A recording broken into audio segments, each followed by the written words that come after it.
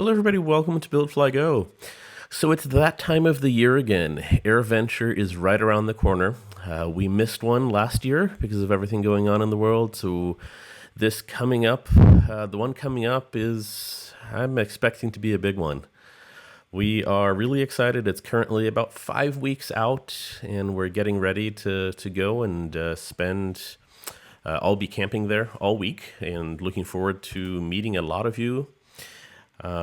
The aircraft will be there, so you'll definitely see it. If you want to take a closer peek at the paint, you're more than welcome to.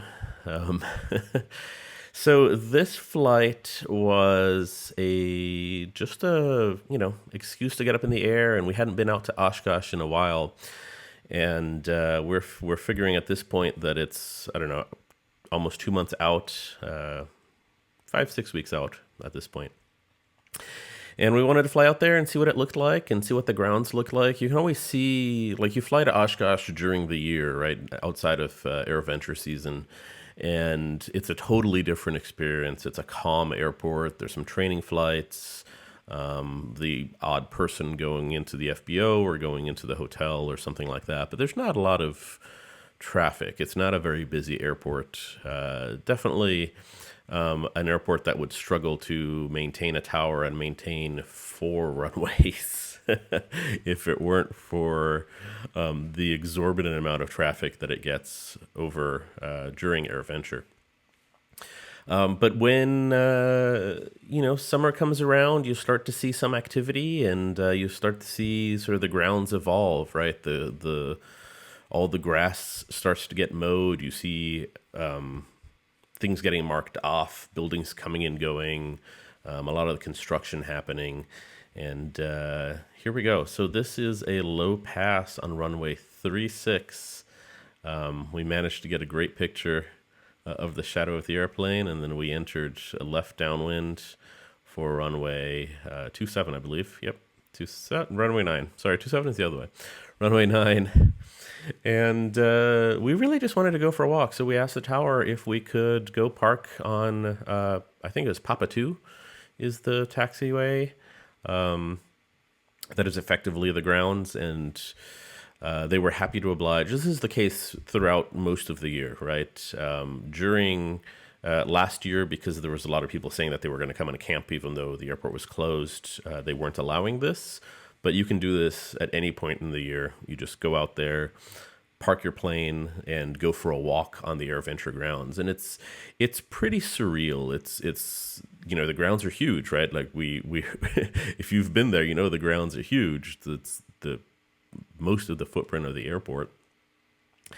And during AirVenture, there's a lot going on, so it's hard to, I guess, really get a feel for like how peaceful this is. Like if you're walking around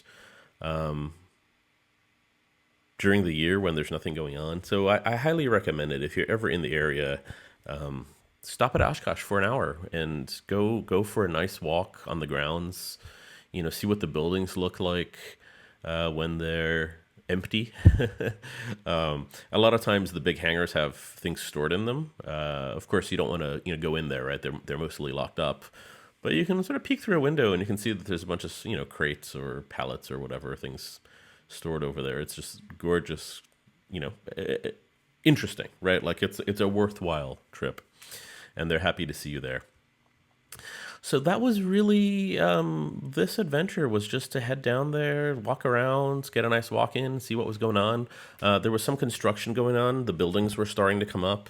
The Garmin booth was coming up, and it looked like it was getting closed in. So I'm suspecting that Garmin might have a temperature-controlled or air-conditioned outdoor booth this year, which will be pretty cool.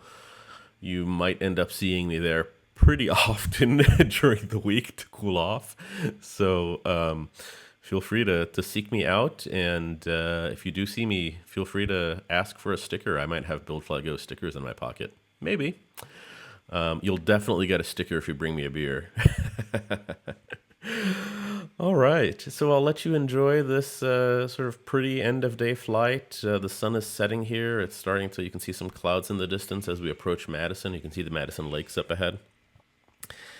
And you may have noticed that in this video, we are not in our usual hangar. We have the plane for a few weeks a little low on approach there, huh? For a few weeks in Mark's hangar as Mark was installing a new autopilot in his RV6. He installed the Garmin autopilot system in his RV6, and I don't know if he's flown it yet, but the install is almost done. All right, thanks everybody for watching. We'll see you soon. Have a great summer.